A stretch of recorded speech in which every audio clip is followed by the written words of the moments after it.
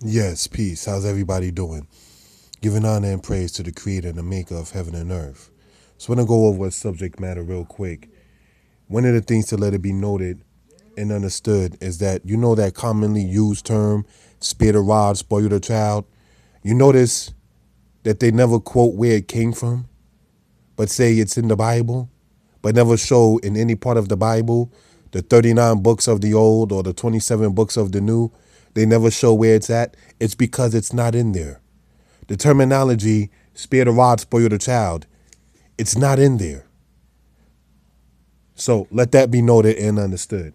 Now, what the scriptures does teach us is if you go with me to Deuteronomy chapter 11, verse 19, so we can gain some understanding concerning this matter. It says this, and you shall teach them your children, speaking of them, when you sittest in thine house, and when thou walkest by the way, and when thou liest down, and when thou risest up. Now, when it says you shall teach them your children, the them is the laws. You shall teach your children the laws when you sit in your house, and when you walk by the way, and when you lie down, and when you rise up. Now, children didn't come here by themselves, scientifically or physically. So now, even if you want to use what they call like biology, you have it to where 23 chromosomes, right, come from the father and 23 come from the mother. So each person has what you call 46. The egg is fertilized within the fallopian tubes of the females by the semen, or that is to say the seed line that comes out of the male. So the fertilization happens inside the woman, but both parents become parents at the same exact time because one needs the other in order for a child to come into existence. This male versus female thing and mother versus father, and I don't have to be there for my kids and I don't need no man to help me raise my kids mentality, that is dead. And we see the results of it now, me being over 30 years old and seeing that 1980s era of the situation that came along. You have so many child support cases. You have so many lesbians. You have so many homosexuals. And you can trace that to going back into the fatherless homes. Because when mommy has to be mommy and daddy, that sets the child's mentality to be a little off. You understand? Because you was not meant to be raised by yourself. So let that be noted and understood. We're going to go over this part again in Deuteronomy chapter 11, verse 19, because you have a lot of people who quote things and don't know what in the world they're talking about. No offense intended, because we all still learning. It says, and you shall teach them your children, speaking of them when you sit in your house and when you walk by the way and when you lie down and when you rise up.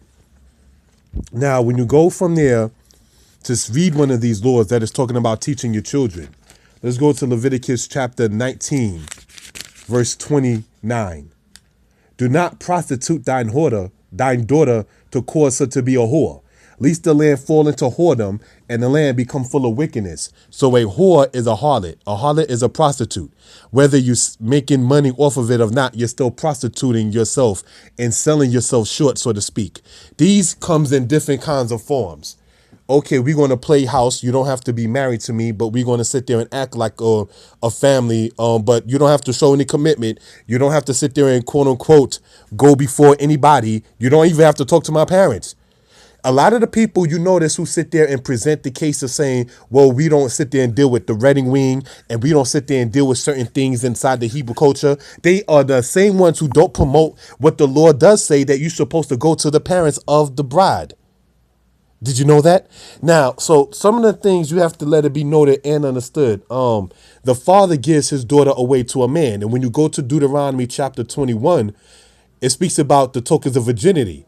And it says, this is the tokens of my daughter's virginity when I gave my daughter unto this man. The father says that. The father plays an intricate role of the bride. Now, in this perverted society called America, you have it to where the bride's parents have the back, it gets on the back burner, but he's the one who has to pay for the wedding.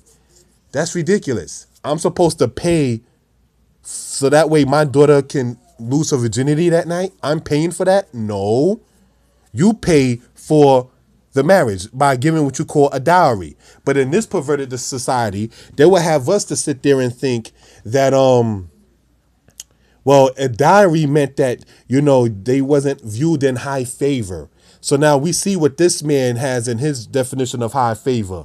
Madonna, Britney Spears, Superhead, Janet Jackme. So we got 2 white and 2 black famous whores of each race inside the United States. So the point I'm getting to is that you have it to where this is what they promote in this society, and our people unfortunately have followed that kind of flow. Now, getting back here in Leviticus chapter 19:29, it says, "Do not prostitute thine daughter to cause her to be a whore, lest the land fall into whoredom and the land become full of wickedness." So the things that you do and how you raise your children, it ultimately shows the society. When it says the land, it's talking about the society of the people too. It becomes full of wickedness because whoredom promotes that. When you are sitting up there advocating that you don't have to be married, but you can have children, that right there promotes whoredom. And so you have 1 baby father, 2 baby father, 3 baby father, 4 baby father, 5 baby father. And that right there is ridiculous at that particular point. You understand? So what we have to do as a people is sit up there and elevate our standards within ourselves and what we expect of one another and be patient with one another. You understand? We have to stop settling for the old okie doke and the nonsense that we have been filled with. Now, there's a video that's going around of a lady spanking her daughter. And in it, she says, "I don't want you to be a thought, you bitch." So let me understand this. You're calling your daughter a B word, but you're saying you don't want her to be a thought. Thought is the acronym, basically meaning that hoe over there. But everyone knows who is a male, excuse my language, that bitches and hoes are synonymous. They go hand in hand, like murder and drug dealing. One accompanies the other. So you can't sit there and expect your child to be called a bitch, but then don't want to sit there and don't want her to be a thought. You need some correction and maybe an ass whipping yourself. You understand? So sometimes we have to sit back and look and think what causes certain things to happen. And I'm speaking on a general premise because I don't know everybody on earth. But in the scriptures, being that a lot of people like to quote what they say is in the scriptures, which is not in the scriptures. So it's saying, "Spare the rod, spoil the child." That saying's not in there. The quotes about spanking children comes out of Proverbs chapter 22 and Proverbs 23. And in there, it does not say "spare the rod, spoil the child." It says, "Spank thy child, that it may deliver his soul from the netherworld." That's what it says. And it also says, "Train the child in the way in which he should go." See, a lot of parents don't know about how to train. A lot of parents don't know how to teach because a lot of them don't know what in the world what should be taught because they were not taught. This is why we need counseling. This is why we need understanding and instruction, even as adults and even as parents. So you won't sit there and feel you got to call your child out his or her name to sit there and make a point be noted. Now, in the scriptures, Saul called his son, "Thou son of a wretched woman." But if you know anything about Saul, it says that the Most High gave him an evil spirit upon him. So that's not even the kind of spirit that you want to have. But if you want to sit back and just think, well, Saul was a king and he was a leader and he's in the scriptures, you got to look at the spirituality of certain things as well. You understand? Very, very important. Now, when you're reading in the scriptures, it says that Dinah went out to be among the daughters of the land. And when she went out there, that's just she wound up becoming sexually active. When the father is around, that man knows he cannot go up inside that house and, get laid or get some from the ladies in there. That ain't happening when the father is there. It happened in a situation with Dinah when Dinah went out.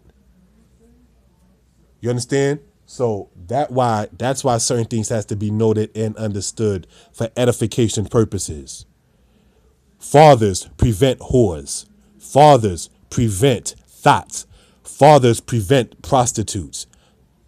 You even have comedians that's sitting up there saying that if your daughter is on a pole, then you messed up as a father. You understand what I'm saying? So that's very, very important to let that be noted and understood. You have to know, even for what it's worth, you understand, no offense to the brother by saying that.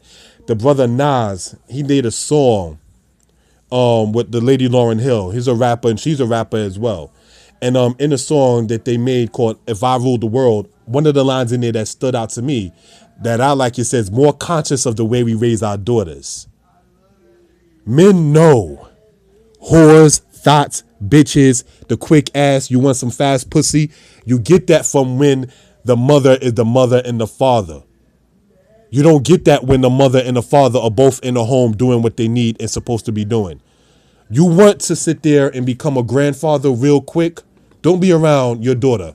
I guarantee you she will be having children out of wedlock before the age of 22 and will not be married. That's having children out of wedlock. I know that's redundant. But one person, when I was speaking upon this subject, was telling me, well, what about you, brother? Don't you think certain things should be a certain way? Because there was a situation where a post going around with a lady saying, okay, this is for girls who have babies and everything of that sort with the, and for training and so forth. And I made a comment by saying that we should have marriages before we have children. Now, what people didn't realize perhaps is I wasn't trying to sound holier than thou because I have a daughter and I'm not married to her mother. So I'm kind of speaking about this in a certain way because I'm also speaking about certain things that I have experienced. You understand? In reference with about having to raise children. So I'm not trying to come off as holier than thou or that everything is squeaky clean. But at the same token, just as the saying goes, if you sit there and you throw a rock into a den of dogs or a den of lions, that is, the ones who will be complaining is the ones who got hit. So if somebody were to approach me, regardless of my age, be it 9 or 10 or 11, and somebody was talking about stealing, it would affect me because I know at that time in my life, I was a thief. So if something is kind of bothering your spirit, you may want to sit there and either try to critique the person. Maybe he or she needs edification and correction, or maybe you want to check your own spirit to see what part will I fit in reference with that. We all have growing up to do. But what this society tries to do is they'll give you a picture on a commercial or some other nonsense that'll sit there and tell you some crap about, babies are not born hating and babies are not born racist and so forth and so on.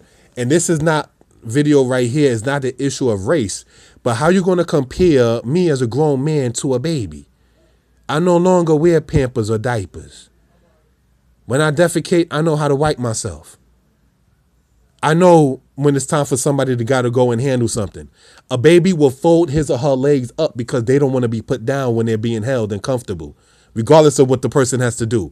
Babies don't consider that. They're careless. Babies will sit there and put anything inside their mouth, not realizing this is not food. So how are you going to compare an adult to a baby, but then you want people to be mature? How mature are babies? And this is not snapping on babies because I have a little daughter myself who's older than being a baby, but younger than the age of 15. You understand what I'm saying? But you cannot sit there, brothers and sisters, and have it to where people want to sit there and try to go along with the same okie doke that we've been fed with. Because real talk, we got to step up ourselves. Step up the game, as the saying goes. But on a conclusion note, this month there was a situation, and this is kind of racial, where a cop pulled a gun out on adolescents, and that is to say on teenagers, and the cop is pictured with his knee inside the back or on the back of the black female while she's on the ground. But just last month, you got black men in front of the police in Baltimore standing there as guard. So while the black man is playing guard for the police in Baltimore, not too long after that, the white man who's the cop has his knee on a black girl. Shit is crazy, man. Anyway, so we're going to sit there and just conclude right about now. And black men, we got to step up our situation and so forth and so on. You understand? Stop settling also at the same token for these women who don't respect you, who don't let you be you, so to speak, while they expect you to let them be them. You understand? And what I mean emphatically when I say let them be them or let you be you is you need to have a basic form of communication and get to know one another. That's very, very important. And black men and black women, stop cheating. It's dirty. And there's no love in that. And stop making children out of wedlock. Be married first. You understand? Build something together so that way you can pass something on to the children. You want to use the Bible? Read Isaiah 1. Wash you, be you clean.